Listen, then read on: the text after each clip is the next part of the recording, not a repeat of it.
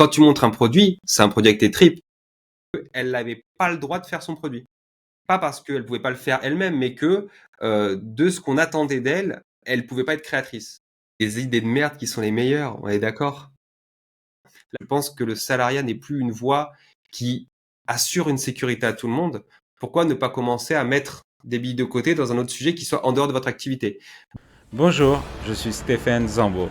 Dans ce podcast, je pars à la recherche des personnalités inspirantes qui ont su craquer le code du web. Chaque rencontre vous donne les clés pour vous aussi construire quelque chose d'unique. Bienvenue dans le code du web.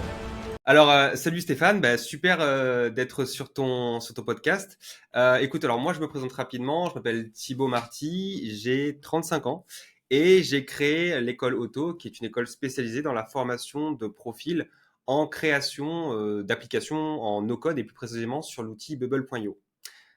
Si je précise pour ceux qui ne connaissent pas, l'outil Bubble.io, c'est un outil qui permet de créer des applications principalement web et bientôt mobile sans avoir à écrire de lignes de code. Et pour le coup, on parle de programmation visuelle parce que en réalité, on va quand même écrire des formules, on va avoir de la composition, on n'est pas que sur un drag and drop, il y a vraiment une composition et même l'utilisation d'API, de backend et donc des fonctionnalités qui sont très très proches de ce qu'on voit en développement classique. Je vous résume, on va dire littéralement comme ça. Trop bien. Il y a première chose qui m'a interpellé, c'est une définie comme une école. Ouais. Pour toi, pourquoi ce terme? Je pense que je suis marqué. Alors, je pense que je suis marqué aussi par. Enfin, moi, j'ai beaucoup suivi la branche dropshipping à l'époque. Je suis un ancien dropshipper, alors j'ai pas fait longtemps, hein, j'ai fait 1 an, mais c'était un truc qui me plaisait bien. Et si tu préfères, j'ai été marqué peut-être par l'idée de formation en ligne égale un petit peu arnaque, égale, on va dire, on ne sait pas ce qu'on a derrière. Et moi, je voulais vraiment créer un sujet de communauté et surtout créer un sujet de métier. Il fallait savoir qu'à l'époque, quand on a lancé le no-code, on a été le premier sur Bubble au niveau français. C'était il y a plus de 4 ans. On a créé la première formation en français et actuellement, on a créé même le premier livre en français édité avec un éditeur comme Eni. Et c'est vrai que dans l'idée d'évangéliser pardon, les choses correctement, il fallait absolument qu'on soit dans un cadre qui soit normé par rapport à ce qu'attend France Compétences, par rapport à ce qu'attend France Travail, par rapport à ce que le monde attend pour faire, on va dire, des cases. Et c'est vrai que la case aujourd'hui du développement informatique, c'est pas une case, on va dire, qui se limite à la techno, mais qui se limite, je dirais, à ce que ça apporte. Pour moi, on peut créer des applications. Et pour ça, on va dire que la légitimité, ça revient principalement à ce qu'on appelle une école, c'est-à-dire quelque chose dans lequel on va arriver pour obtenir un métier. Et c'est exactement pour ça que je me vois comme une école plus qu'autre chose, même si à l'origine, c'est vrai, on était plutôt dans un système de bootcamp, donc de formation pour créer des applications uniquement, et on a progressé jusqu'à arriver à avoir une expertise spécifique. Et du coup, aujourd'hui, on se dit qu'on est une école parce qu'on a un diplôme de certification pour devenir développeur web et web mobile. Pour toi, c'est vraiment lié au domaine qui est technique ou, par exemple, pour reprendre le dropshipping, on aurait pu imaginer aussi des écoles de dropshipping. Non, je pense pas parce que honnêtement, le terme d'école est très très cadré et normé. Quand je dis école, bien évidemment, on est dans un cadre en fait d'organisme de formation, et pas un CFA. Donc un CFA, c'est quelque chose de beaucoup plus gros qui fait de l'apprentissage. Mais nous, on est Calliope, on a des agréments, on a des formateurs qualifiés et diplômés. On a tout ce cadre-là qui en fait, parfois, oui, c'est vrai, dans un contexte, nous éloigne un peu de notre principal objectif qui est de former le plus de gens. Parfois, on est obligé, j'ai l'impression, hein, de devenir un peu plus un administratif que une école en soi. Mais par contre, nous, on s'inquiète vraiment beaucoup de la qualité, ça veut dire du suivi des élèves, du placement des élèves quand on fait de l'alternance, de leur retour à l'emploi quand c'est un cadre on va dire, de salariat classique, ou alors même le fait de trouver des missions freelance. Et ce qu'on veut, en fait, c'est d'être à la tête de proue d'un niveau officiel Bubble en France. On est très bien placé par rapport au Bubble Monde. Enfin, en gros, je dis Bubble parce que je connais bien les équipes en interne. L'idée derrière, c'est de se dire, OK, quel est le niveau que j'aimerais donner aux développeurs no-code Bubble en France en me disant, OK, à partir de quels critères on peut se dire que les personnes sont capables d'être sérieuses en entreprise, sérieuses en mission, et qu'elles sont capables de répondre à un client pour que ce soit quelque chose qui puisse, on va dire, être pro, arriver à scale. Et tous ces éléments-là, pour moi, tu peux pas le faire en mode juste formation pour créer un produit et obtenir du business. Pour moi, c'est un autre truc que je fais, donc je pourrais sûrement parler, c'est le côté micro SaaS. C'est pas une école à ce moment-là, c'est une communauté, c'est du e-learning, c'est, on va dire, un autre objectif qui est pour le coup plus financier. Alors que là, dans le cadre d'école, dans le cadre auto, c'est que tu ressors avec des compétences et à terme un métier. D'accord, ça m'a encore interpellé. Quand tu dis développeur no-code, pour toi, est-ce Ouais, que les je deux sais. sont vraiment compatibles? En fait, c'est un gros sujet. Je sais que ça fait pas plaisir à tout le monde. En fait, c'est comme le métier de product builder. Tu sais, il y a une norme de certification qui est sortie en 2023, le 22 décembre 2023, pour dire, bah voilà, le métier de product builder est autorisé comme métier certifiant dans les, je crois, c'est 2 ou 3 prochaines années. Et en fait, le truc, c'est que euh, j'ai l'impression on a créé le mot product builder par contre-proposition vis-à-vis du mot développeur. C'est-à-dire que dans le mot product builder, tu as des personnes qui se reconnaissent du développement et d'autres personnes qui se reconnaissent du produit. Et pour moi, quand tu es une entreprise, tu recrutes pas quelqu'un, on va dire, sur une appellation. Tu recrutes quelqu'un sur des compétences et sur ce qu'il va faire. Les personnes qui font une product builder, si tu préfères, euh, je me mettrai pas ma main au feu qu'elles sont capables de faire des produits scalables, qu'elles sont capables de faire des cahiers des charges de développement, qu'elles sont capables de respecter certaines normes de développement, de travailler avec des devs. Or, aujourd'hui, c'est exactement ce que je propose à mes élèves.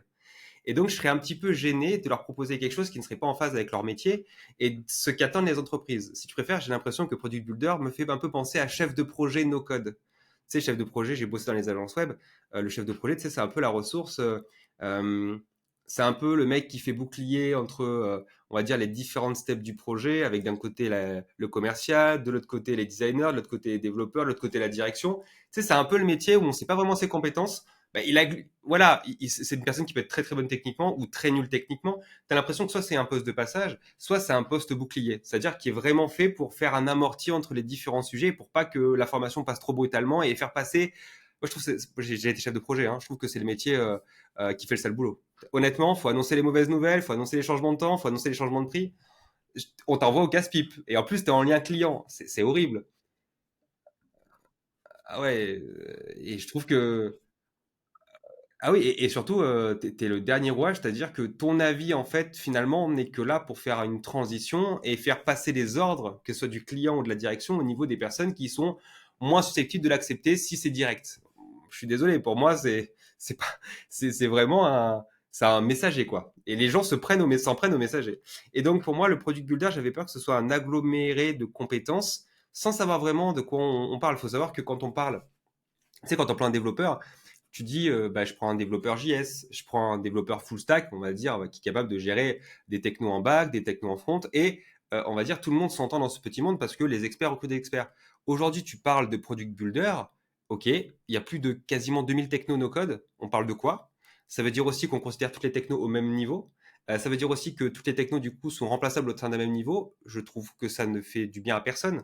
Parce que vu les fiches d'emploi qui n'ont pas beaucoup évolué, on a du product builder, du no-code engineer, du chef de projet no-code. On a plein de trucs. Et aujourd'hui, tu vois, pour moi, le fait de placer Bubble, et c'est volontaire, hein, comme une technologie où il y a de la connaissance en code parce qu'on a des développeurs qui passent sur Bubble pour montrer un peu comment c'est, parce que c'est finalement une UI avec du code à rajouter à l'intérieur. Hein, faut pas se mentir, c'est du code simplifié, mais il y a quand même du code. Et t'as des mecs qui sont quand même qui font beaucoup. Moi, je fais en 5 ans, je découvre toujours des trucs sur Bubble. Enfin, c'est assez costaud. Hein. Il y a des mecs qui ont vraiment une carrière dessus, et même des mecs qui dev qui sont impressionnants de jusqu'où on peut aller, qui sont impressionnés de là jusqu'où on peut aller. Faut se dire qu'aujourd'hui, je préfère dire développeur Bubble, comme ça, on a la spécialité à l'intérieur et on sait ce que la personne va faire. Du développement en Bubble. C'est simple, c'est clair, tout le monde s'y retrouve. Et aujourd'hui, dans l'alternance, beaucoup de gens au début me disent product builder, ils voient les profils et ils commencent à changer d'avis aussi parce que ils mettent les mains dedans ou en tout cas ouvrent le scope des possibilités et ils s'aperçoivent que c'était bien en dessous de ce qui s'attend, c'était bien au-dessus de ce qui s'attendait, donc leur idée était en dessous de la réalité. Donc déjà c'est un sujet parce que product builder, tu sais, t'as un petit peu un effet gadget. Product builder, c'est créer des produits, on sait pas vraiment comment, on sait pas vraiment avec quoi, c'est pas grave. Je trouve que ça aide pas. Et de l'autre côté aussi, dans la proposition de valeur au niveau des étudiants, le terme product builder a un terme qui pour moi est très dépendant d'une équipe, alors qu'on a tendance justement dans le no-code à être assez indépendant en fait. Puisque tu peux faire beaucoup de choses par toi-même, tu peux faire le front, tu peux faire le back, tu peux faire le design, puisque finalement c'est quelque chose qui prend moins de temps, même si aujourd'hui, je dirais qu'un développeur reste quasiment, on va dire, dans 90% des cas, quelqu'un qui sera forcément plus compétent sur certains sujets, notamment sur Bubble. J'ai tendance à me dire, product builder, c'est pas rendre justice à des personnes qui se reconvertissent totalement et qui passent leur vie dedans, tu vois.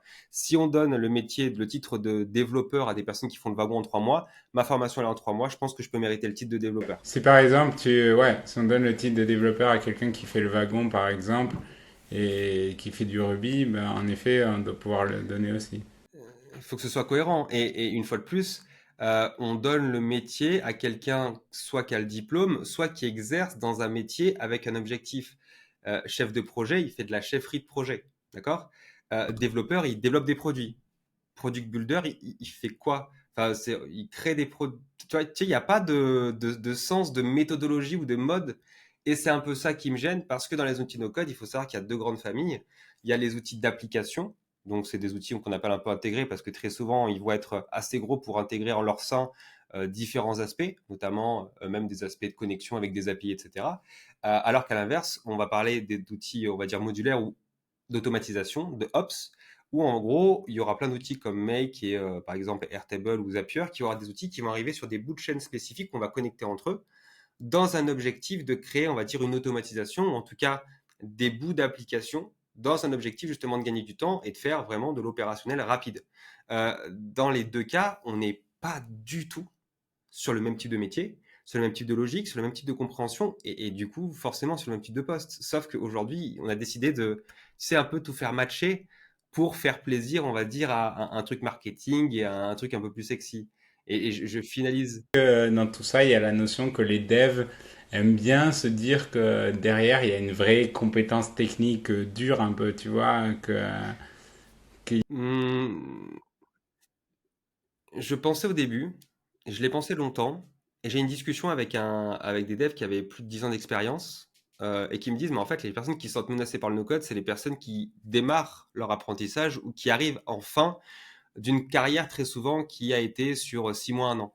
C'est-à-dire d'une formation, le wagon, Simplon, les écoles qui sont sur un an et qui très souvent malheureusement alimentent un marché. J'ai travaillé au wagon, j'ai travaillé à Simplon, donc je parle de quelque chose que je connais bien. Je fais pas un shaming, un drop shaming de l'extérieur, mais c'est pas pour critiquer ces écoles, mais la promesse, elle est en décalage avec la réalité du marché. Aujourd'hui, je récupère des personnes qui ont fait 1 an de code, voire même 2 ans à l'AFPA, qui ont un niveau qui est vraiment pas bon, et qui, pour le coup, ne trouvent pas de métier sur le terrain parce qu'il y a une saturation énorme des juniors qui sont considérés comme juniors par leur école, mais qui ne le sont pas par rapport au marché. Parce qu'un junior est viable, en réalité, ils ne sont pas viables du tout.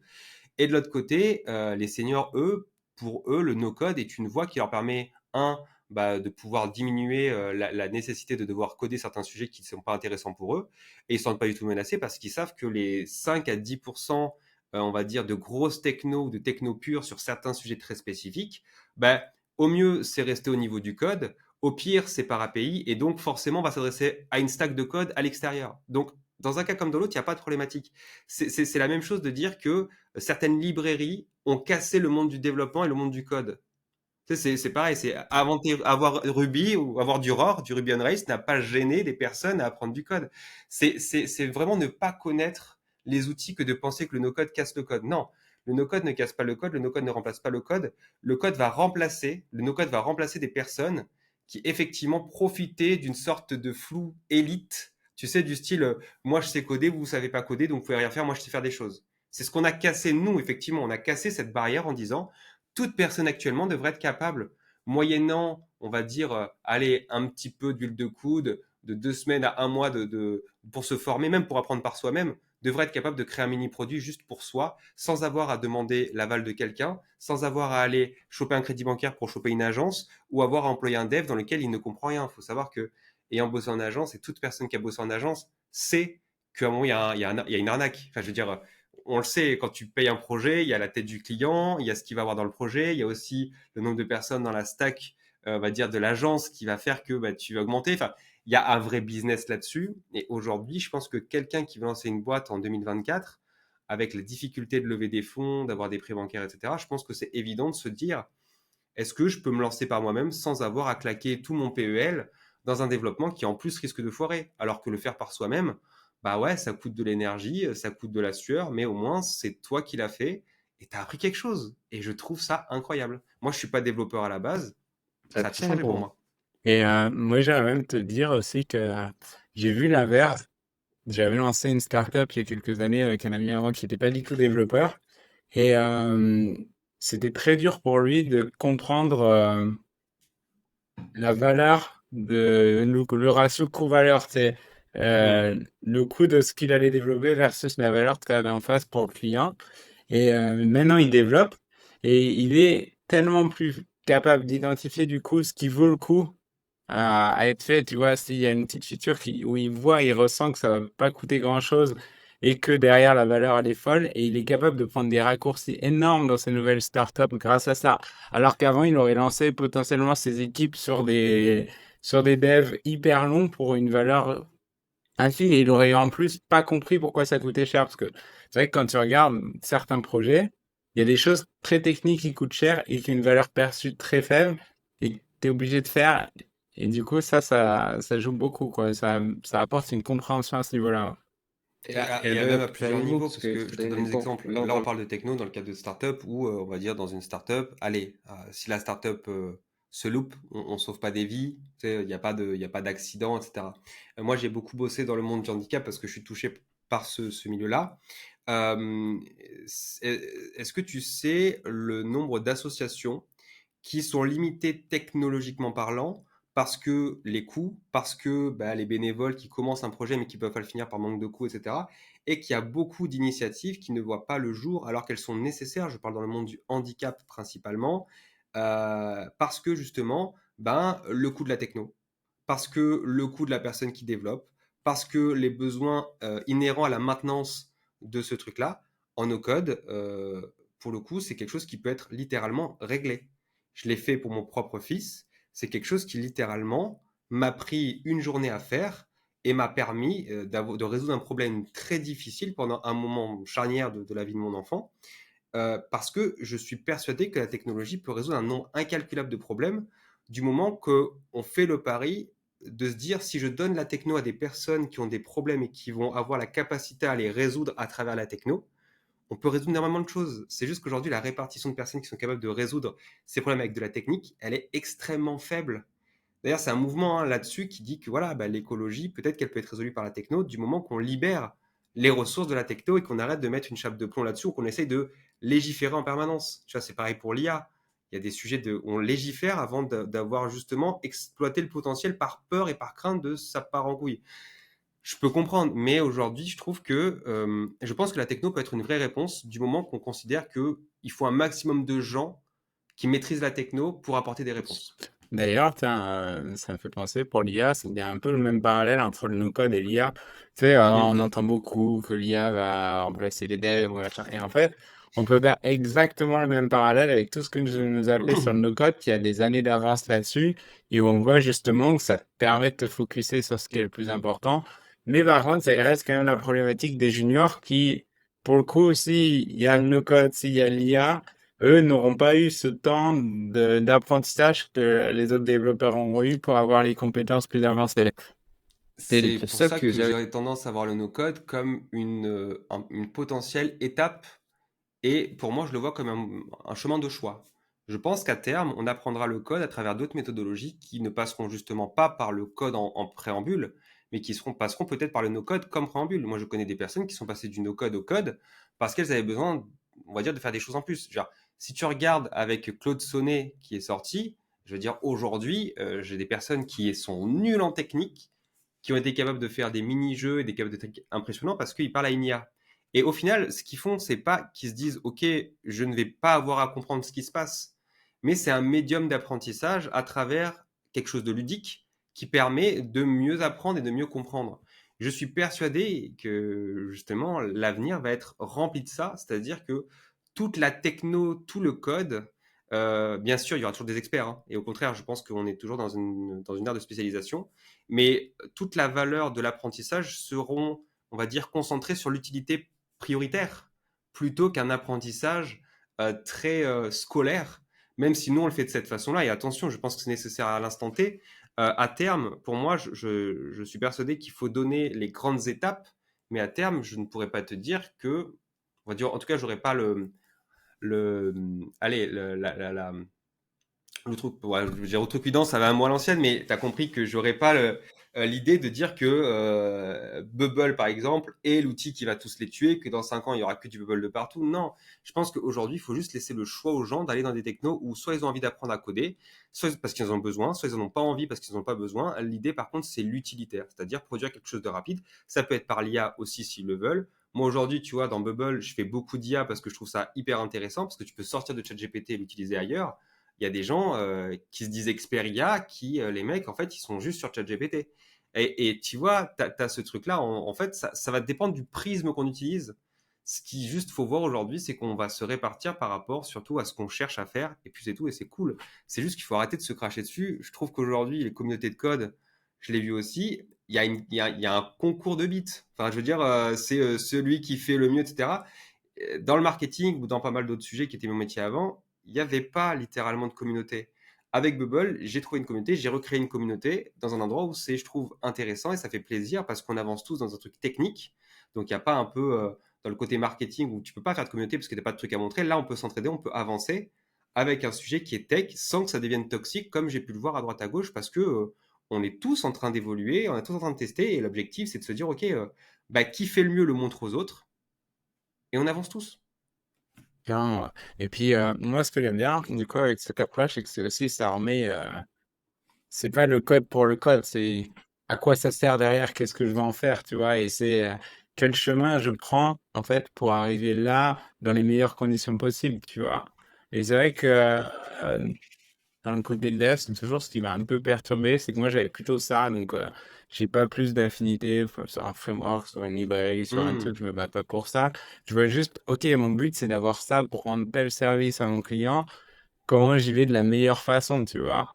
Bien sûr. Et c'est ça qui est, c'est ça qui est important, tu vois. Quand tu fais construire ta maison, le mec, il revient pas pour changer des briques en parpaing ou des parpaings en briques parce qu'il préfère mettre des briques et ainsi de suite, quoi. Juste, il construit une maison, quoi, tu vois. Et en plus, je trouve ça hyper cool parce que alors, dans beaucoup de métiers, tu dépends de quelque chose qu'on te donne à exécuter d'une certaine façon, de manière stricte, c'est un peu de manière quasi, pas robotique, mais presque. Je trouve que dans le no-code ou dans le code, on te donne, enfin, tu deviens un artisan. C'est-à-dire que tu construis quelque chose avec le chemin que tu préfères, de la façon dont tu préfères, bien sûr avec des objectifs de performance, etc.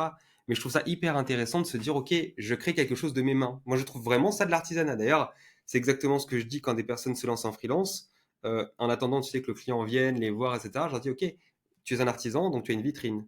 Comme un magasin, qu'est-ce que tu mets en vitrine? C'est exactement la même chose. Et je trouve ça hyper intéressant. Et en tout cas, en termes de personnel, je trouve ça extrêmement valorisant d'avoir quelque chose à montrer que tu as fait par toi-même. C'est pas quelque chose qui dépend d'un résultat donné par une plateforme comme de la publicité. C'est pas le résultat de quelque chose finalement qui peut être, on va dire, donné par un client en termes de satisfaction. Enfin, tu vois, dans les métiers du marketing, je trouve qu'on n'a pas cette capacité à se dire, OK, il y a un résultat direct, c'est mathématique, c'est clair. C'est frustrant, moi je trouve personnellement. Alors que je trouve que dans les métiers du design, dans les métiers de la tech pure, le fait que tu aies un résultat à montrer et donc un portfolio à montrer, wow, c'est hyper valorisant. Ça fait vraiment plaisir, quoi. Exactement. Je trouve que le fait de fabriquer quelque chose, déjà, ça te met dans une étape où, bon, je sais pas si certains ont aimé les Lego ou la pâte à modeler, tu vois, mais j'ai retrouvé ce plaisir littéral de me plonger dans quelque chose et de pouvoir ressortir un vrai truc qui marche, qui peut exister et que les autres peuvent utiliser. Et pour moi, ça, c'est l'aboutissement ultime, tu vois, de ce que je voulais faire. Parce que les gens pensent que j'adore faire de la formation. J'aime la formation parce que j'aime être en contact de gens, même à distance, hein, c'est bizarre. Mais Non, par c'est contre, ce que bien, j'aime ouais, par-dessus tout, c'est développer des trucs. ouais, je comprends complètement. T'as un tel plaisir quand tu vois plein d'utilisateurs qui utilisent tes produits. J'ai un produit, par exemple, en ce moment, qui a 200 000 utilisateurs, tu vois, ben, Ah, c'est dingue, c'est quoi. costaud. Ouais, tu te dis, t'es vraiment, ça répond à un fort besoin, tu vois. Mm, Ça, c'est trop bien. Et justement, du coup, tu as formé 3000 élèves. On parle d'école, d'élèves. Ouais. Ouais. Ben, ils sont ces élèves. Alors, Alors, sur les sur les 3000 3000 élèves, élèves, on a à peu près, on a une partie des personnes en e-learning à travers tous nos formats, parce qu'à la base, en fait, même si on se dit école, On est entre la startup et l'école. On a une plateforme, on a beaucoup innové, on a mis de l'IA, on a fait des tutos, on a vraiment à l'avance parce que vu que toute notre plateforme est en bubble, on a voulu aussi montrer l'exemple. Ça, c'est bête, mais ça change tout quand tu vois une plateforme en bubble et tu dis, OK, est-ce que je peux le faire? Oui, combien tu as d'utilisateurs? 13 000. Tu commences à te dire, OK, le truc est sérieux, tu peux générer plus de pas mal, plus d'argent en tout cas que dans un business où tu peux être limité, où tu dis, OK, le no-code me limite à tel truc. Là, tu peux faire des millions, donc c'est plutôt cool. Et tu te dis aussi, nous, notre plateforme a été validée Calliope, donc du coup, tu peux aussi rentrer dans des problématiques légales où tu te dis, oui, mais la RGPD, là, si, là. Non, non, ça rentre aussi. Ça, c'est des questions qu'on me pose tout le temps, mais non, ça passe. Ouais, exactement. Et derrière, dans notre parcours d'apprentissage, on a du learning, on a du mentoring, donc on fait souvent on fait principalement du synchrone, c'est-à-dire on est à distance, mais en direct avec un formateur. Je passe du téléprésentiel pour être en mot français. Et Du coup, pourquoi ce pourquoi ce choix? choix? Ouais, parce que Parce que je considère. je te challenge un peu là-dessus, parce que justement, quand tu imagines formation, tu imagines, OK, je fais une cours une fois, et Ouais. après, je fais plein d'argent parce que ça me coûte plus rien, donc que j'ai 100, 1000 ou 1 million d'élèves, c'est pareil. Mm. Et toi, en fait, ce qui m'a Ben, interpellé, pourquoi je voulais te parler aujourd'hui, c'est justement que tout ton offre, ton site transpirait de quelque chose de complètement différent par rapport à ça. on est sur Discord, déjà de base. On a été très tôt sur Discord pour faire une communauté en direct parce que ce qui nous plaît dans le sujet, d'ailleurs, nos notes le révèlent assez, c'est que on a un sujet où on a de l'humain face à de l'humain. C'est-à-dire que nos mentors sont très souvent d'anciens élèves qui ont aimé ça, qui ont monté en compétences et qui, après, on a une formation spécifique aux mentors, vont pouvoir travailler dans nos bootcamps. Ce qui est intéressant, c'est qu'il n'y a pas que le côté formation, il y a le côté humain et il y a, on va dire, sur les publics qu'on a, on a des publics qui sont en reconversion, on a des publics qui sont jeunes et qui justement apprennent le no-code, et on a des personnes parfois qui tout simplement soit sont curieuses, soit jouent beaucoup sur le no-code. Créer une boîte, changer de vie, changer de métier, tu as plein de choses qui, on va dire, concentrent de l'aspect personnel.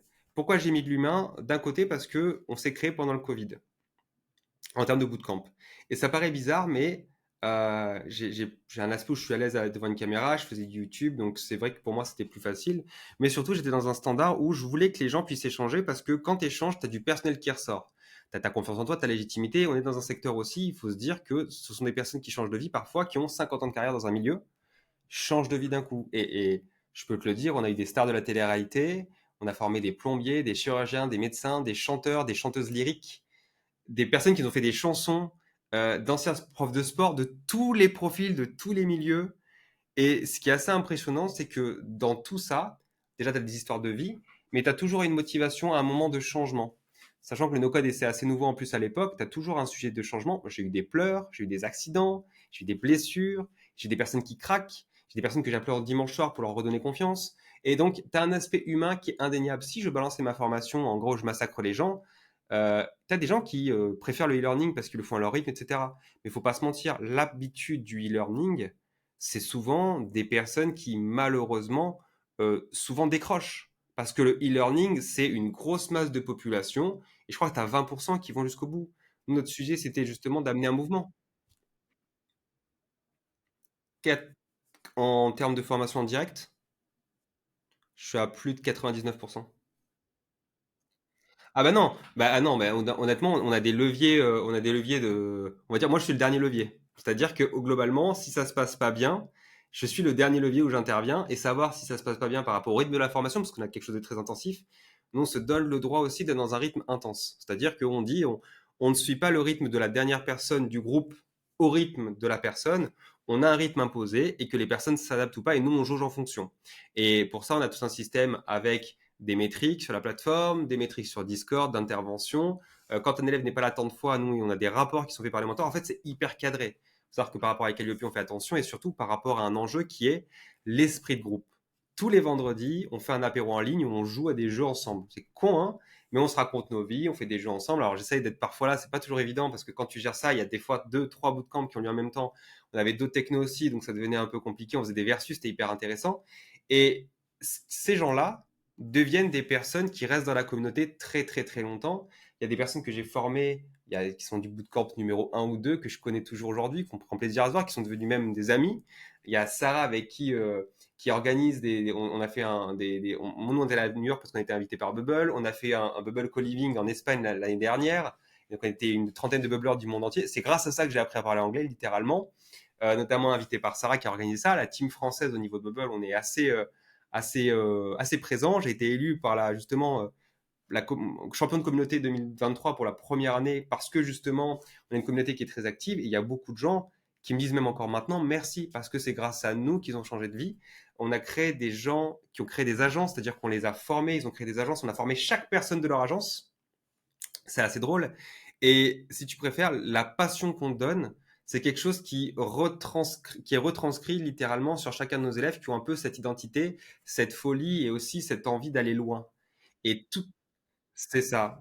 T'es jamais seul et c'est ce que je voulais faire aussi à travers le Covid, même si on a gardé cette habitude-là, c'est que les gens restent sur le Discord parce qu'ils restent accrochés à, on va dire, des trucs perso, des trucs de cœur. Et je reste toujours axé sur le Discord parce que justement, ben, j'aime bien ça. Et surtout derrière, je trouve que on est dans un truc finalement où même si ça a été à distance, personne ne m'a jamais dit, ouais, mais à distance c'est difficile. Tout le monde m'a dit au contraire, je n'aurais jamais pensé qu'une formation à distance aurait pu se passer comme ça, en fait, comme si c'était quasiment du physique. Parce que tous les jours, tu as une météo, tous les jours, tu as tes mentors, tous les jours, tu fais des points avec les gens, à la fin de la semaine, tu as une météo. Les gens s'envoient des vannes à longueur de temps, certains groupes, c'est trop drôle parce ils se font des chansons entre eux. Il y a vraiment un esprit, je veux dire, il y a un... D'accord, exactement, c'est ça. C'est ça que je voulais retrouver. Et pour te dire l'anecdote aussi que j'ai trouvé assez incroyable, c'est que on reçoit régulièrement des colis pour certains de nos mentors. Des colis au bureau. Enfin, Nico, c'est un des mecs qui se donne aussi corps et âme sur les bootcamps. Et un jour, on reçoit un colis, 2 kilos de chocolat. Le mentor a reçu au bureau 2 kilos de chocolat. Ça fait 2 kilos de chocolat, hein, c'est costaud. Parce que ce sont des personnes qui lient une relation très personnelle avec ces gens-là qui te suivent quasiment pendant 3 mois. Ouais, pendant 3 mois, au final, tu fais une relation. Muriel aussi, c'est pareil. Et je veux dire, c'est des formations qui n'ont pas le même type, hein. Muriel, c'était 1 mois pour la création de produits, mais c'est des personnes qui sont accompagnées dans un truc tellement dur parfois que ce sont des gens qu'on revoit régulièrement, ce sont des gens qui restent pas loin de nous en fait et qui ont un sujet de recommandation naturelle qui fait qu'on a un groupe très très fort. Et bien évidemment, c'est aussi une responsabilité pour nous, tu vois, d'être dans un contexte où on est toujours à la pointe, qu'on essaie d'être toujours à jour, qu'on fait très attention aux gens. C'est toujours difficile de se dire à quel moment on est trop sympa et à quel moment on reste dans un cadre légal, etc. C'est difficile, mais c'est vrai qu'aujourd'hui, le modèle comme ça me plaît plus que peut-être quelque chose qui serait plutôt du côté peut-être trop pro, du côté trop, tu sais, un peu B2B, moins le côté école, parce que je trouve que ce serait pas notre ADN principal en fait.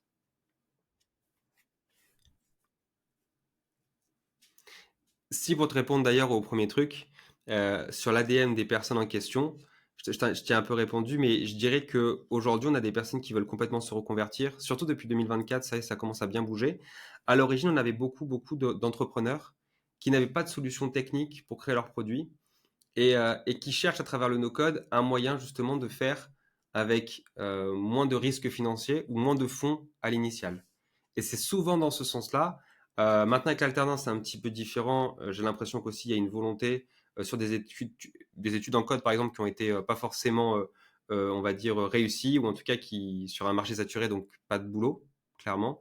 Et aussi, on a des personnes qui sont en reconversion, j'ai l'impression de c'est vers 27 ans, 28 ans, qui sont en mode, j'ai fait une voie dans une étude pendant 5 ans, je m'aperçois que le métier que je veux n'est pas le métier que j'imaginais, et j'ai envie de me reconvertir dans un truc qui me prendrait pas encore 5 ans, et qui me plaît dans la création. Tu sais, tout souvent, ils ont touché un petit truc de code, mais ils savent que pour se former et de manière concrète et réaliste, parce qu'ils ont posé la question à d'autres personnes, le marché est complètement saturé au niveau du code et ils se reconvertissent en no-code parce qu'ils savent que c'est peut-être une voie potentiellement viable ou peut-être une voie de passage, mais qui leur apporte en tout cas plus d'opportunités sur le marché. Tellement. Et il trouve comment? Parce que euh, t'es pas hyper agressif sur le marketing, contrairement à beaucoup de domaines. Et du coup, ils viennent d'où? Les gens, j'ai l'impression, d'après ce que tu me dis, il y a peut-être du bouche à oreille, parce qu'il y en a qui créent Ouais, des agences qui t'envoient des gens. Mais globalement, comment tu as réussi à lancer ça? Parce que c'est quand même beaucoup plus dur à lancer une structure comme ça que lancer simplement des vidéos en asynchrone et tout le monde se débrouille. Parce que j'imagine les premières fois, tu lances en synchro, bah, il faut que tu aies assez de personnes pour rentabiliser les choses. C'est c'est pas À évident. l'origine, le synchro, à l'origine, le synchro, c'était un petit peu différent parce que la synchro s'est rajoutée parce qu'on a eu des demandes des gens. À la base, pour moi, c'était juste un sas de tuto, tu vois. Et à la base, c'était même pas sur Bubble, c'était sur Zapier, Airtable, et trucs comme ça. En fait, ça a été la demande des gens parce que, en fait, j'avais tout fait sur Bubble à l'origine parce que je me suis formé tout seul pendant longtemps. Et en fait, quand j'ai commencé à créer le contenu, au bout d'un moment, je me suis dit, mais en fait, tu es peut-être en train de créer quelque chose qui n'est pas exactement ce que tu as envie de faire. Toi, ce que tu as envie de montrer, c'est l'application que tu arrives à créer. En fait, il faudrait que les gens soient capables de le faire. Alors, c'était beaucoup plus long que faire du Airtable ou du Zapier. Et pour le coup, bah, j'ai décidé de lancer, je me suis vraiment mis isolé pendant 2-3 mois en essayant de proposer une formation qui soit claire, qui prenne les bases, mais qui prenne les bases pour des personnes qui ne sont pas techniques. Ça aussi, c'était difficile, c'est de garder toujours une candeur sur par où passe l'apprentissage. C'est pour ça qu'on a réécrit le livre, on est en train de refaire la formation pour justement encore plus être dans quelque chose qui, malgré les avancées, malgré la technicité à terme, soit bien découpé et progressif, pour pas frustrer les gens. Et pour le coup, le côté, je dirais, marketing, en fait, il s'est appuyé sur deux choses. Je pense que le fait d'avoir du YouTube, ça m'a beaucoup aidé. Le fait d'être à l'aise, de faire des vidéos, ça nous a donné beaucoup, beaucoup de visibilité. Le fait aussi d'être un nom dans un sujet qui était novateur sur une déformation en Bubble et d'être recommandé par Bubble, ça nous a aussi donné, enfin, je veux dire, Bubble nous a dit, un des fondateurs que je connais nous a dit, voilà, je pense que Otto est actuellement le type de formation qu'on est même meilleur par rapport à la formation que ce qu'on est capable de faire nous actuellement. Et donc quand t'as ça en 2021 ou dans 2022, tu sais, tu te dis, waouh, putain, c'est incroyable et ça a ramené beaucoup de gens aussi. Je pense aussi le fait de voir des applications qui sont en Bubble, les gens tapent Bubble et les gens tombent sur nous. Tu sais, il y a un peu ce repère.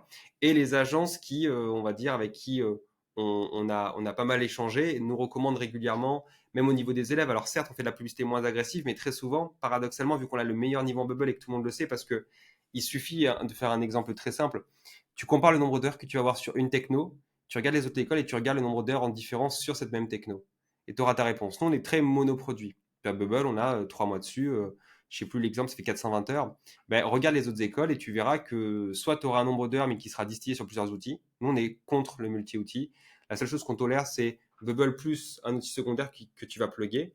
Mais aujourd'hui, je ne crois pas qu'en 2-3 mois, tu puisses arriver à avoir un niveau correct sur 2 ou 3 outils en même temps, parce que c'est pas les mêmes logiques. Très souvent, ça se crunch même, c'est pas possible. Et tu as un temps d'apprentissage. Bubble est complexe, hein. La courbe d'apprentissage de Bubble, elle est hard au début.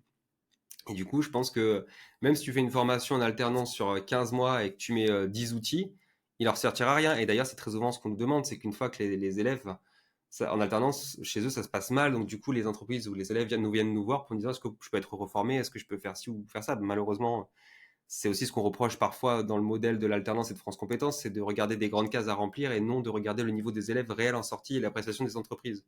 Parce que si c'était sur ce critère-là, on serait carrément le premier, tu vois. Mais tant qu'il y a un sujet où actuellement les gens cherchent du bubble à haut niveau, très souvent, et dans le référencement aussi, ça ressort assez rapidement. Notre niveau d'expertise vis-à-vis de notre longueur de formation, et c'est ça qui nous plaît. Et la seule chose qu'il faut par contre apprendre aux gens, c'est que non, des promesses de vous apprendre Bubble en 10 jours, de devenir expert en un mois, c'est pas possible. De calmer un peu les espérances des personnes vis-à-vis du no-code. Et certains jouent sur la ligne du c'est magique, pas besoin de coder, même pas besoin d'apprendre, hein, vous claquez des doigts, ça se fait tout seul. L'IA fait tout le reste, c'est faux. L'IA, si vous ne comprenez pas ce que vous faites, c'est la même chose que demander à quelqu'un quelque chose en gratuit et vous aurez que ce que vous lui avez été capable de lui demander avec les termes que vous comprenez, mais pas plus, pas moins. Donc faire un produit réel, c'est extrêmement compliqué à partir de ça. Et toute cette logique, malheureusement, elle est vraiment basée sur le fait de on veut tout de suite sans faire d'effort. Et donc pour moi, dans le marketing, je joue un petit peu plus sur parfois cette idée très très stricte de dire bah voilà, c'est une formation longue parce que c'est une formation qui mène à une expertise et qu'on ne peut pas faire autrement que ça. Et le but premier, toi, derrière, c'est plutôt d'orienter les gens sur les agences ou un job plutôt que de lancer leur projet. Pas forcément. Ça va être deux objectifs différents et d'ailleurs, ça va me permettre d'introduire quelque chose qu'on est en train de développer et qu'on a même fait et qu'on a commencé à faire grossir. Euh, je sais pas si tu as entendu parler des micro-SaaS. Voilà.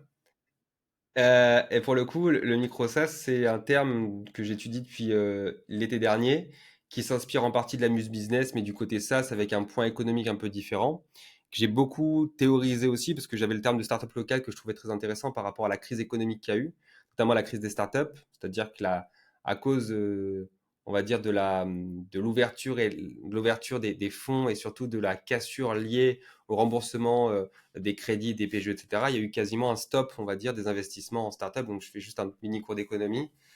Pendant le Covid, il y a eu une augmentation des ventes, une augmentation des levées de fonds parce que justement, il y a eu de l'argent facile et de l'argent à moins cher. Après, il y a eu la guerre, l'inflation et la levée du confinement. Les ventes en ligne se sont littéralement effondrées.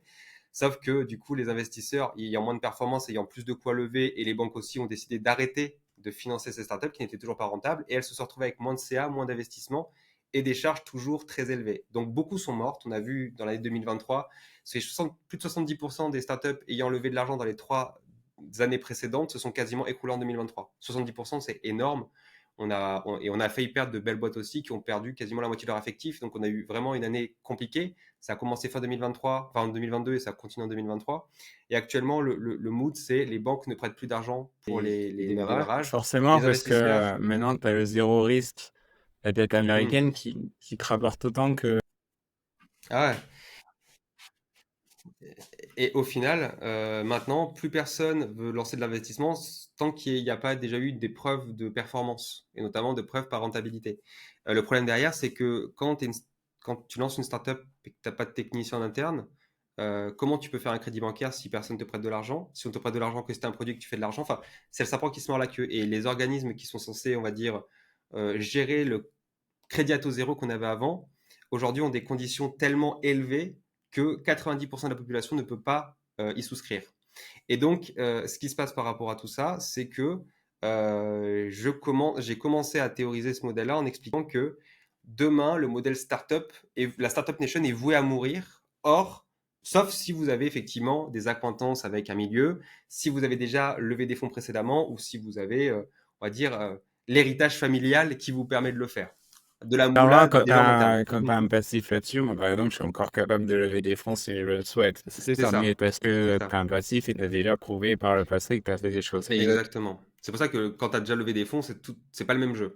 Par contre, quand tu veux te lancer, que tu as tout approuvé, aujourd'hui, j'ai tendance à dire, ce n'est même plus quelque chose qui est possible en 2024, à part effectivement pouvoir réduire en créant des SaaS, donc des micro SaaS, parce que je vais définir comme SaaS fait par une personne, dans des modèles comme Levelzio, comme Marklou, etc., c'est-à-dire des personnes qui deviennent qui sont des indie makers, qui créent plusieurs produits, et le modèle du micro SaaS, c'est en gros, de manière spécifique, je crée un produit dans un objectif de générer des revenus passifs de façon automatique, donc je réponds à un problème urgent, j'ai une plateforme dont je maîtrise la stack pour diminuer la charge, et je reste dans un environnement où on va dire je reste seul, pas de salarié, avec des charges du coup extrêmement faibles, dans l'objectif sur une niche, bien évidemment, dans un objectif, dans un temps, on va dire, plus ou moins court, de n'y passer de moins en moins de temps. Un peu le principe du dropshipping, hein, pour moi, c'est exactement la même chose.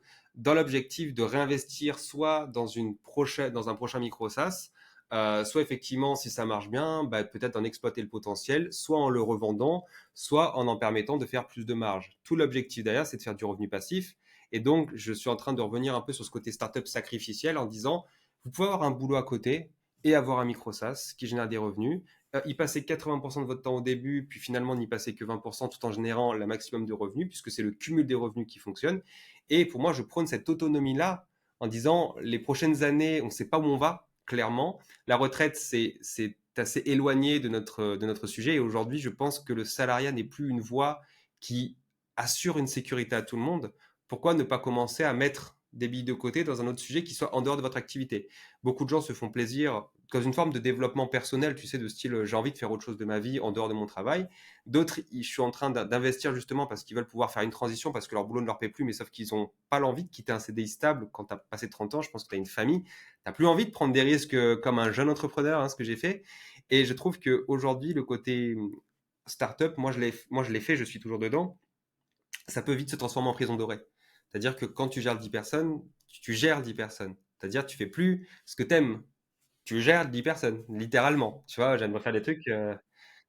Question que j'avais avec un collègue hier, parce que On a exactement le même raisonnement maintenant. On reste plus sur les Microsoft, pas parce qu'on peut pas lever d'argent, pas parce qu'on peut pas faire des trucs plus gros, mais juste parce que, en fait, on travaille à deux et on prend des freelances qu'on a besoin de plus sur des sujets, mais on n'a pas envie de gérer l'humain, on n'a pas envie d'avoir des réunions, des points de suivi tous les jours, chose Ah, qui c'est ne ça. correspond pas.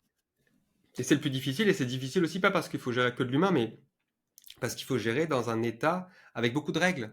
Et du coup, toutes ces règles-là, enfin, je veux dire, je pense que j'ai appris beaucoup en startup, et encore, je suis pas là, cette partie admin principalement, c'est mon associé Géraldine. Il faut se dire que dans tout ça, il y a un nombre d'administratifs à mettre en place sur les fiches de paie, le truc légal, le truc compta, etc. C'est simple, c'est un nombre d'expertises à avoir dont on se rend vraiment pas compte, qui ne sont limite pas humainement possibles dans un métier si tu fais que ça ou tu dois gérer ta boîte. Clairement, c'est impossible. Et donc tout ça, De pourquoi tu as voulu le faire, quoi. Tu as voulu aussi le ah faire oui, pour un côté fun, pour un côté liberté. Si à la fin, c'est tu te ça. retrouves à faire que les tâches que tu n'aurais même pas voulu faire contre un salaire, ça devient compliqué. Oui, et Oui, et c'est c'est exactement. exactement ça. Je trouve qu'effectivement, il y a un vice dans ce que tu as voulu à l'origine. Et c'est un vice parce que tu as grossi, parce qu'il y a un sujet de croissance qui est propre au SaaS. Tu as un sujet peut-être de levée de fonds, parce que j'ai levé des fonds et donc du coup, je suis dans une obligation qui est différente. Mais du moment que tu as des salariés, tu es dans une logique de croissance obligatoire. Tu peux pas faire autrement que ça. Et tout ça, je trouve que actuellement, c'est aussi peut-être un rêve que moi j'ai beaucoup cru quand j'étais plus jeune. Je trouve qu'aujourd'hui, c'est quelque chose qui devient de plus en plus compliqué, qui s'avère être de plus en plus compliqué peut-être à terme, et qui fait qu'aujourd'hui, est-ce que, si on me posait la question, est-ce que tu conseilles aux gens de lancer leur startup parce qu'ils ont envie de changer de boulot ou quoi, ben, je leur dirais non. Je leur dirais, créez votre micro SaaS, voyez comment vous vous sentez avec ça, et peut-être après, voyez pour passer à la step d'après, mais actuellement, non, pas que je regrette mon choix, mais est-ce que je referais le même en ayant la connaissance que j'ai maintenant? Pas sûr. Et comment, du coup, tu les orientes? Parce qu'il y a quand même un gros sujet là-dessus. C'est que je vois bien le passage de quelqu'un qui a déjà des compétences marketing avec du Mhm. no-code à arriver à faire un SaaS, un micro Ouais. SaaS. Par contre, passage de développeur à j'arrive à lancer mon micro SaaS, c'est très dur parce que il y a quand même le côté marketing qui est hyper important, tu vois.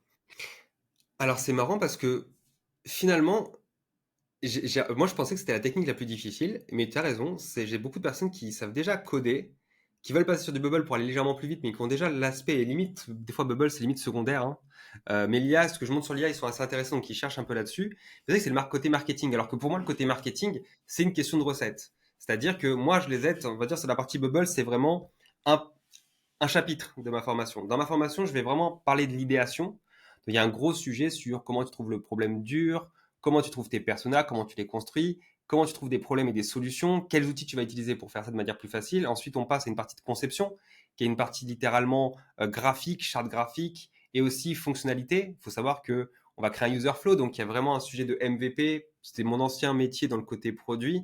C'est-à-dire comment tu as une entreprise à faire son MVP et à rester focus sur quelque chose qui est inspiré du Lean Startup. C'est beaucoup de livres que j'ai mangé quand j'étais plus jeune et avec quoi j'ai travaillé en accompagnement. Et tout ça dans un objectif d'avoir un produit le plus efficace possible pour que les gens achètent. Donc il y a une partie business model, une partie fixation du prix, un modèle avec Stripe, un modèle de facturation. Et tout ça, à terme, on passe sur le côté marketing avec la logique du building public. Donc quel réseau on utilise en premier, qu'est-ce qu'on écrit, quel type de poste, comment on fait. En fait, ce Faire qu'il des faut faire, retours clients assez rapidement, comment c'est faire ça, des mais tu as des challenges qui outils pour pour faire ça. ça. Et tout ça, en fait, je traque. Ben, j'en suis justement à cette partie-là. C'est comment ils lancent la suite de posts pour leur building public, comment ils mettent en place leur CRM avec du marketing automation, comment ils écrivent leur premier mail, comment ils écrivent leur landing page. Moi, c'est un truc qui me plaît parce que je le draft en modèle et en méthode théorique. C'est-à-dire, je prends dans mon sujet deux éléments importants. Ce sont des personnes qui vont rester seules. Donc, au bout d'un moment, il faut économiser ce travail qui ne peut pas être chargé quand tu ne peux pas être copywriter. Par contre, tu vas utiliser une méthode qui va te permettre de gagner du temps pour le faire de manière facile, surtout avec ChatGPT. Tu as plein de prompts qui t'aident. Ce ne sera pas le but d'être parfait. Le but, c'est d'avoir une première base pour t'améliorer ensuite. Et pareil pour les posts. Je leur explique comment créer des posts, quelle typologie de posts pour quel type, quel prompt utiliser dans un démarrage. Je ne leur demande pas de devenir influenceur YouTube. Par contre, ce que je leur explique, c'est que une fois leur premier micro-SaaS créé, ils vont pouvoir créer un deuxième, etc., etc., etc., un troisième. Et en fait, ils vont être ils vont être vus et analysés comme des créateurs. Et à partir de là, tu sais, il y a un phénomène qui est un peu inversé. C'est plus la création qui vaut, c'est le créateur qui a fait une création. Et donc, vu qu'on suit ce créateur, sa création, elle va être cool. Et donc, tout s'inverse. Et au final, on va suivre quelqu'un parce qu'il a fait et plus honnêtement pour ce qu'il fait. Un personal branding. Exactement. Sauf que si tu le prononces au début, tu as des personnes qui lèvent des boucliers et disent non, non, non, je veux pas être comme ça, etc. Mais je leur dis, vous devenez créateur, vous vous cachez derrière votre produit parce que votre produit sera votre preuve. À terme, vous deviendrez la preuve de votre produit. Et c'est ça qui est Moi, super. les développeurs que j'accompagne, ils sont tous dans le même travers avant de venir, c'est que ils ont pas eu de mal pour coder quelque chose. Ils ont même Ouais. passé énormément de temps à faire le produit parfait. Ils l'ont refactorisé 5 Toujours. fois parce qu'ils ont pensé que ça serait mieux, etc. Et arrive le jour où ils se disent que là, ils ont un produit parfait et qu'ils le lancent. Et il ne se passe absolument rien. Et au final, ils pensent que c'est parce qu'il manque des features, donc ils arrivent à construire encore, à Hmm. rajouter des features et refactorisent. Et à la fin, ils ont travaillé peut-être 2 ans, énormément, tous les soirs, et ils se sont fait plaisir parce qu'ils aiment ça. Mais il y a eu zéro utilisateur et ils n'ont jamais parlé à personne, ils n'ont jamais essayé de mettre en avant leurs produits. Et les profils que je vois le mieux y arriver, c'est justement les personnes qui potentiellement n'aiment pas développer et qui, eux, du Hmm. coup, se disent, il C'est ça. faut vraiment que je passe cette étape le plus vite possible. Moi, ce qui m'intéresse, c'est de le filer à quelqu'un, quoi, d'avoir quelque chose à Ouais. donner. Et qui, eux, du coup, vont dans l'après, quoi, tu vois. Mais tu vois, tout ça pour moi, c'est toujours relié à l'ego. La peur d'être jugé pour quelque chose qui serait imparfait et donc qui pourrait les juger eux. Tu sais, genre, c'est quelque chose de très délicat. C'est ça que beaucoup de gens vont pas aller sur les réseaux sociaux parce qu'ils ont peur de se faire juger. Quand tu montres un produit, c'est un produit avec tes tripes, tu t'exposes énormément. La théorie du MVP, c'est justement de faire du pas parfait pour justement pouvoir s'améliorer et co-construire avec une boucle itérative. Le problème, c'est que c'est des gens avec qui se faire juger là-dessus, tu sais, on est très scolaire. Tu sais, bon, moi, j'ai quitté les bancs du salariat très tôt et du coup, le côté scolaire, on va dire, je l'ai oublié depuis mes 24 ans, j'entreprends. Donc, j'ai quitté tout le cadre où il y a une hiérarchie au-dessus de moi. Mais je vois des personnes à qui tu leur dis, ben, faut, on va dire, vous estimez vous-même dans votre travail, trouver la qualité de ce que vous avez fait, estimer à quel moment vous devez lancer ou pas. Et ce sont des personnes qui sont paralysées par ça parce que non seulement elles se sentent pas légitimes parce que c'est quelque chose de nouveau, et elles se disent c'est pas parfait, qu'est-ce qu'on va penser de moi, c'est pas bon, etc. Elles se mettent à la place d'un utilisateur qui est fictif et d'un jugement qui est fictif, et du coup, elles préfèrent finalement trouver des excuses de ne jamais lancer que plutôt s'exposer dans quelque chose où justement il faudrait aller prendre le risque d'avoir un mauvais jugement. Et en plus, je dirais que cette partie-là est encore plus amplifiée chez les développeurs où, tu sais, que cette espèce de truc que quand tu commits du code, quelqu'un va le revoir et te juger sur ce que tu as fait. T'as pas commenté. Et moi, j'ai toujours, ça a été très dur pour moi quand j'étais en entreprise parce qu'il y a des moments où, en fait, c'est pas une question de qualité. Quand ton client, il a besoin, quand ton sales, il a besoin d'un truc pour ton client, pour demain, pour signer un gros contrat, bah, ta qualité, tu t'en fous. Le but, c'est que ça sorte, que le sales soit content, que le client soit content, et après, tu réitéreras dessus. Peut-être la majorité des temps, le client, de toute façon, au bout d'un mois, il voudra plus cette feature, il voudra autre chose, tu l'enlèveras et tout le monde sera content. Et t'as ça. Et moi, par exemple, tu vois, j'ai un de mes SaaS, bah, qui génère 35K par mois. Et c'est un simple tracker d'email en Ruby on Rails. Tu vois, tu dis ça à un développeur vers Ruby on Rails, simple tracker d'email, Ah, c'est pas il propre. y a rien de vendeur là-dedans, tu vois. Mais pour autant, ça fait du cash et ça fait ce qu'on lui demande, tu vois. Et Mais c'est ça qui est marrant, c'est que je sais pas si c'est un truc français, parce que je regarde beaucoup les Américains et j'ai l'impression qu'il y a quand même un truc un peu plus libéré là-dessus. Euh, j'ai l'impression déjà qu'il y a une volonté, pas d'échec, mais tu sais, un jugement par l'intérieur avec une première critique et c'est à toi de prouver que tu as bien fait les choses. Ça, c'est le premier point. Et surtout, le deuxième point, on a beaucoup de mal avec la valeur réelle et la valeur perçue. C'est-à-dire la valeur réelle qui est l'ensemble de la stack de ce que ça propose en valeur réelle et la valeur perçue, c'est-à-dire qu'un utilisateur, ça peut peut-être lui sauver, pas la vie, mais lui sauver un besoin urgent et il est prêt à payer pour et c'est OK. Et les gens, tu sais, ont tendance à faire l'amalgame de oh mais tu vas pas payer pour ça, tu sais, c'est pas logique et du coup c'est pas logique que tu gagnes de l'argent parce que ça ne vaut pas le truc, il faudrait que tu aies fait un truc limite d'ingénieur, que ce soit incroyable, que ce soit vraiment super bien codé, et alors que ces personnes là elles ont jamais rien lancé de leur vie, elles ont sûrement du super beau code, c'est le handcraft made, tu sais c'est un truc quand même soit très français soit très européen, c'est où les mecs sont en mode je préfère réécrire mon code que ce soit le plus beau possible, même si personne ne le lira.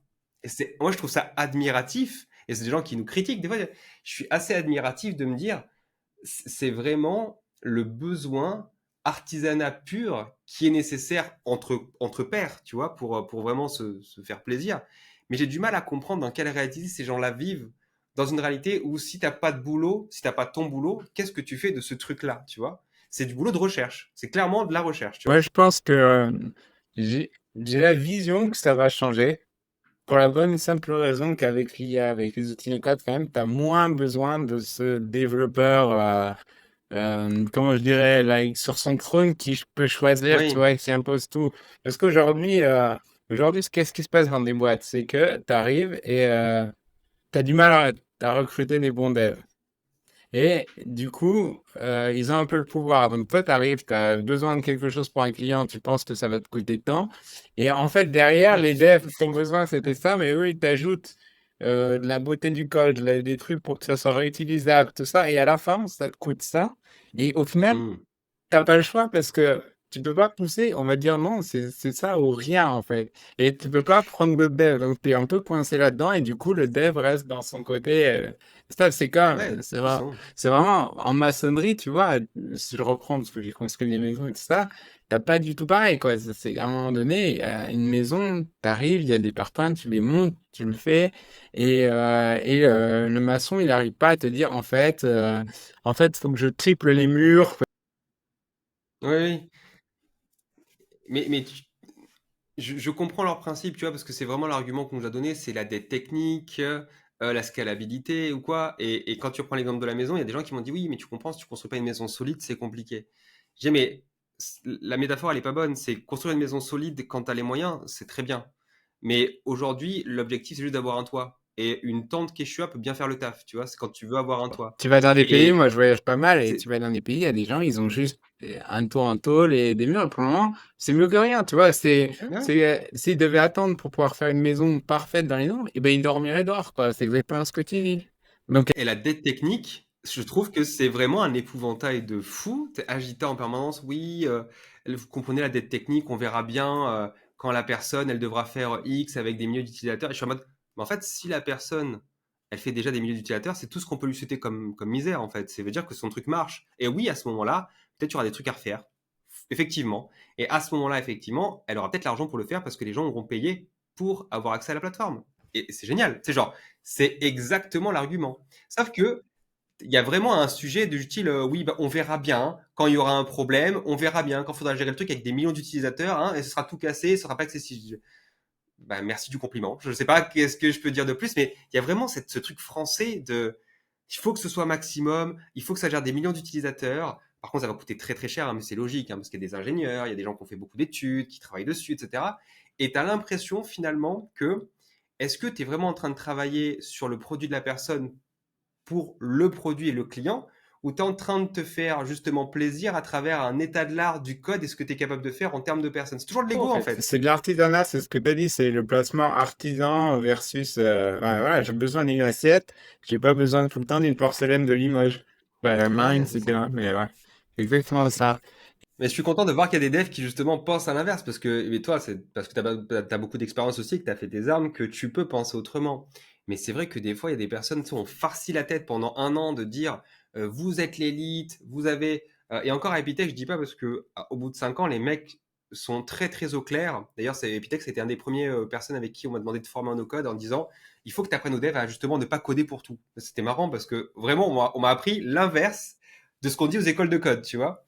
Et au contraire, ils disent, attends, apprends à ne pas leur faire coder surtout, parce que nous, on a des personnes qui sont très à fond dessus, qui pensent que le code est la seule voie pour tout faire, alors qu'au final, ils vont passer des heures peut-être sur quelque chose qui n'a pas de valeur. Et il faut leur apprendre ça. Ça s'appelle la moonshot, et je l'avais donné avec plaisir, parce que je trouvais ça hyper intéressant, d'avoir des personnes qui étaient capables de faire techniquement et qu'on devait empêcher de faire à tout prix pour ne pas rentrer dans un truc où justement bah, c'était le développeur roi dans une logique de je fais un produit pour me faire plaisir.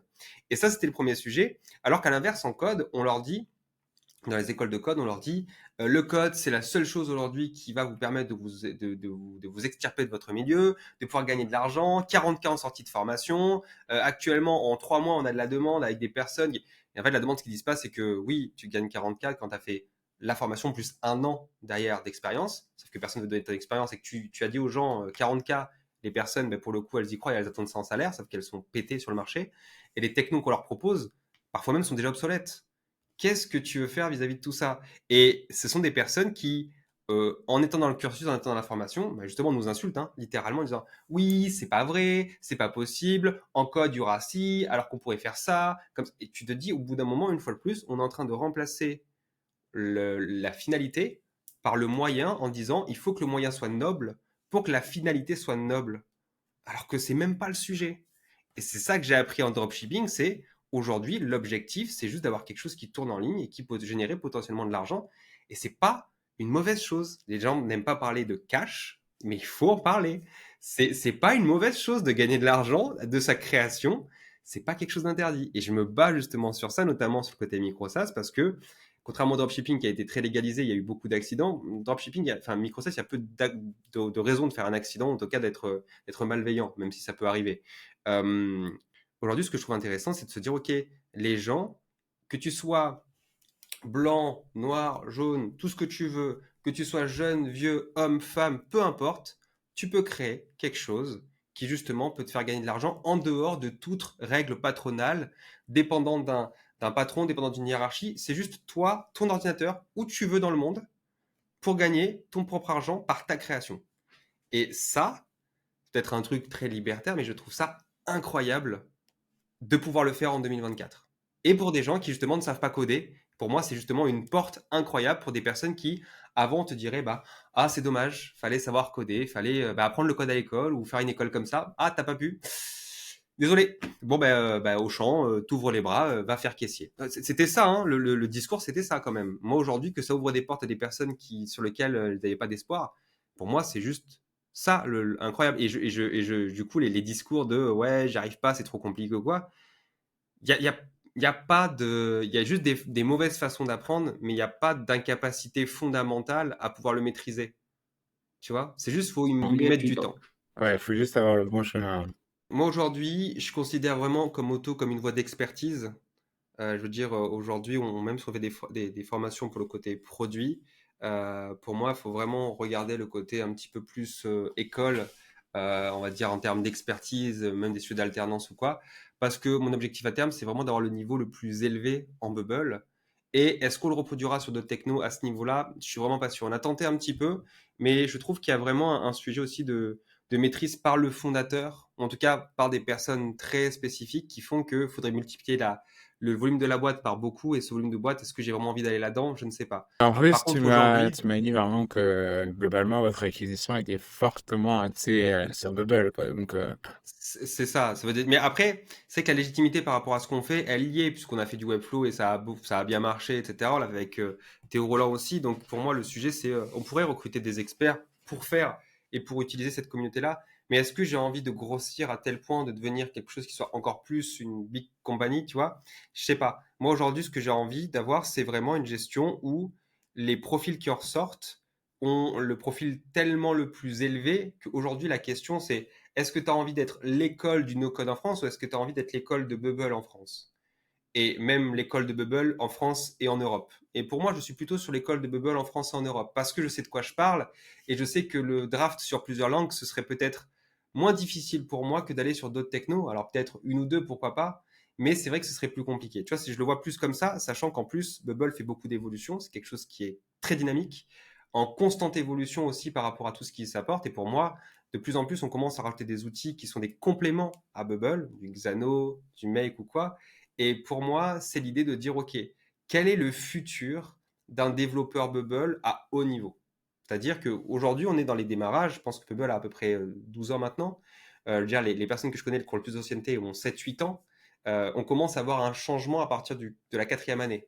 Tu vois, il y a une spécialisation, une surspécialisation côté développement et on commence à intégrer du code à l'intérieur. Est-ce que peut-être que nous, demain, on sera une école qui fera Bubble et du code à l'intérieur? Pourquoi pas, tu vois? Et c'est ça qui me plaît. Mais est-ce que j'ai envie de faire de l'automatisation? Est-ce que j'ai envie de faire tous ces sujets-là? Pas forcément. Par contre, là où je peux intégrer ces connaissances-là, c'est dans un sujet business. Et à côté, tu vois, j'ai une communauté micro-SaaS Builder qui est vraiment un sujet à part, qui n'est pas dans Auto directement. On va dire c'est une boîte, ça va être une boîte à part. Mais surtout, c'est un sujet où, là, pour le coup, c'est pure business. C'est-à-dire que j'ai une formation où j'apprends aux gens, mais surtout, j'ai une communauté où les gens dedans, je leur dis, voilà, moi, mon objectif, c'est que vous gagnez tous de l'argent. Parce que quand vous gagnez de l'argent, c'est la même chose que jouer au poker avec des allumettes ou avec de l'argent. C'est pas les mêmes enjeux, c'est pas les mêmes investissements et vous personnellement, c'est pas le même plaisir. Et mon objectif, c'est de pouvoir accompagner ces gens-là sur des périodes de temps définies où je voudrais que 10, 20, 50, 100 personnes au début et beaucoup plus puissent gagner 100, 200, 500, 1000, 5000, 10 000, pourquoi pas plus, sur justement des produits qu'ils ont créés et commencer à amener une vague en France qui aujourd'hui qui est très infoprenariale, tu vois, et qui est souvent pas en France directement, moins lié à un sujet uniquement de formation, mais plus lié à un sujet de mindset et de groupe. Parce que la communauté, c'est plutôt mon fort, c'est-à-dire guider les gens et amener sur une communauté. Je sais très bien que l'objectif actuellement, c'est d'amener les gens sur ce terrain-là. Mon objectif perso à terme, c'est de créer quasiment une plateforme de revente, un peu à la Acquire, pour justement des personnes qui auraient créé le truc en mode français, mais pas en mode transmission d'entreprise. Je veux pas de ça. Je veux vraiment, comme dans le dropshipping, c'est-à-dire la revente d'un business, comme un coût unitaire avec une somme. Et on sait jamais, tu vois, pourquoi pas. C'est peut-être des petites sommes et tout, mais ce que je trouve intéressant, c'est mon modèle que je donne, il est lié aussi au fait que les gens réussissent. Et ce que je leur explique, c'est que moi, si vous réussissez pas, j'ai pas envie de vous faire venir. Donc moi, ce que je vais faire, c'est que je vais forcer le truc pour vous coacher. Et c'est pour ça que j'explique que dans la formation, c'est un coaching à vie, donc ils comprennent pas. Tu vois, dis, mais pourquoi, du coup, si c'est une formation à e-learning, pourquoi il y a du coaching et tout, je leur explique parce que c'est une communauté. C'est difficile hein, pour les gens, tu sais, il y a vraiment beaucoup de marquage du côté, ouais, mais c'est une formation, j'achète une formation. Je leur dis, non, non, non, vous achetez un point, vous coltinez ma présence toutes les semaines. Là d'ailleurs, à 13h, j'ai un coaching d'une heure justement avec un groupe et je leur explique, moi ce que je veux, c'est pas que vous preniez la formation, que vous la consommiez ou que vous la consommiez pas, limite c'est secondaire. Pour moi, c'est juste que vous fassiez quelque chose. C'est-à-dire, Ouais, c'est intéressant parce que, coup de pied au cul, tu je vois. te disais, moi j'accompagne pareil. Et ok, j'ai un lead magnet, j'ai une page de capture pour ça. Et par contre, j'ai pas de formation pour le moment. C'est que j'y arrive pas, en fait, j'accompagne. Mais je le fais en Mhm. one-to-one. Je n'y a rien du tout pour le moment. Parce que, pour le moment, déjà, je kiffe ça, tu vois. Et j'ai pas envie juste de me filmer et que la personne regarde Mhm.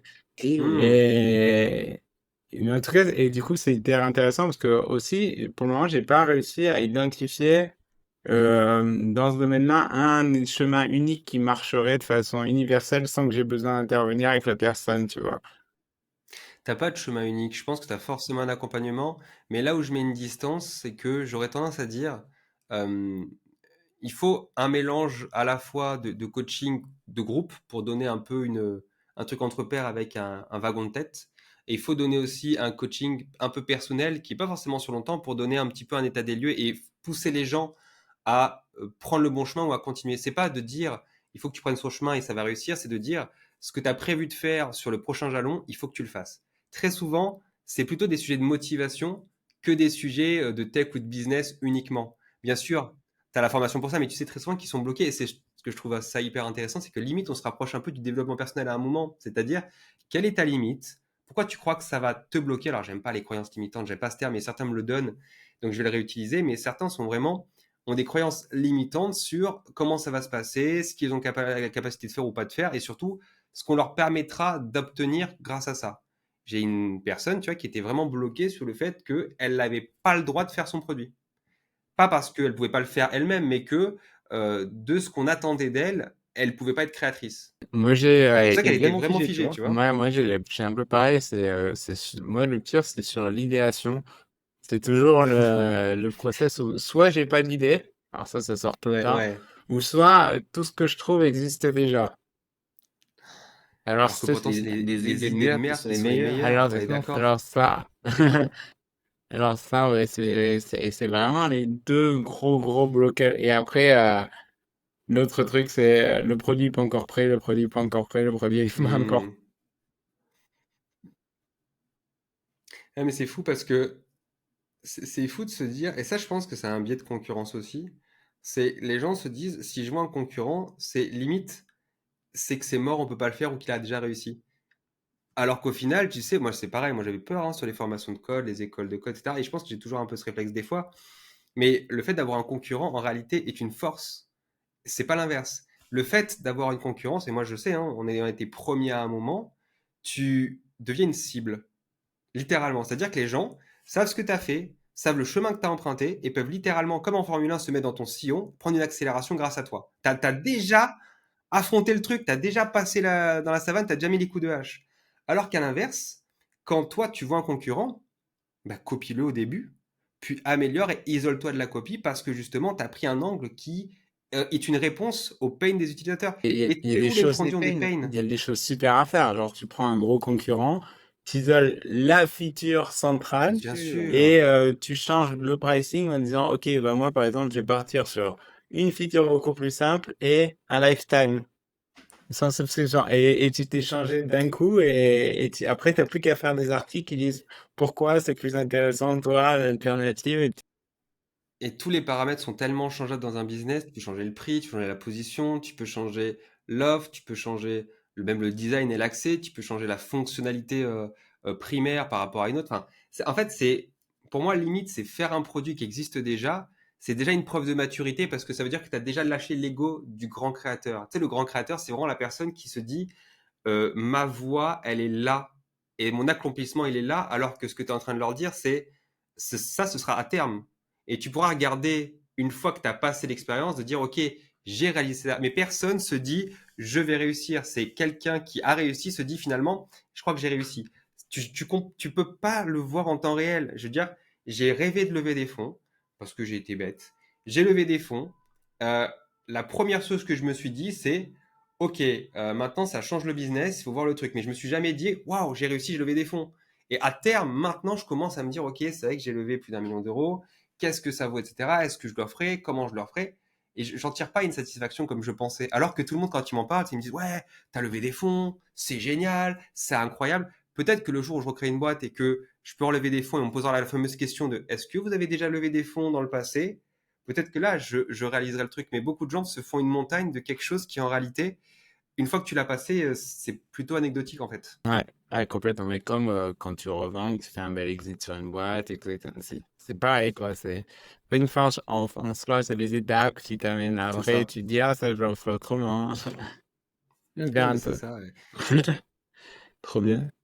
Euh, Vraiment, je pense on va passer Ouais, je vais je vais peut-être pas aller tarder à arrêter en plus parce que j'ai une on réunion va à passer les 11h30 en débats plus. possibles. Je pense que c'est bon. Où on te retrouve, comment on s'inscrit à tes formations et c'est qui que t'attends en premier? Alors, sur le site auto.co qui va être bientôt refait et vous avez la plateforme app.auto.co, vous avez beaucoup de contenu gratuit. Donc là, vous pouvez commencer le programme Explorer pour tester un petit peu les outils no-code, notamment Bubble. On a pas mal de formations qui justement arrivent à la rentrée. Donc on a des formations justement de nuit, de jour. Donc on aime bien faire les formats un peu nocturnes aussi adaptés aux gens.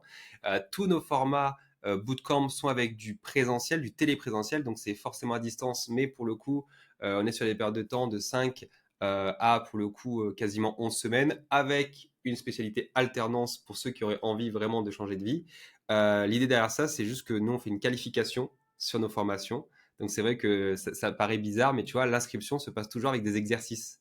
Et donc ça leur permet aussi de se rendre compte ce que c'est Bubble. On a fait pas mal de tutos là-dessus et commencer aussi à prendre de la culture autour du no-code parce que je trouve que c'est assez rare d'avoir une communauté dans la tech avec surtout sur des gens qui sont peut-être jamais venus dans ce type de communauté, de rencontrer des pairs là-dessus qui peuvent les aider. Je trouve que même si on en parle beaucoup, ça reste quand même actuellement quand même niche, je veux le dire comme ça.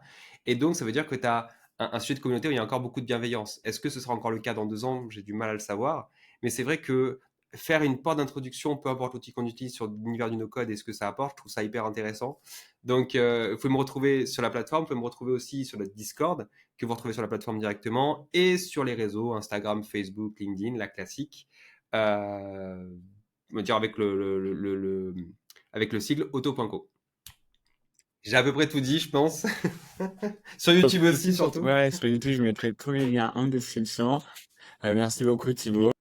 Félicitations, vous venez de terminer cet épisode. Il a nécessité plus de 16 heures de travail. C'est le moment pour vous de nous soutenir et de le partager maintenant à 2 amis.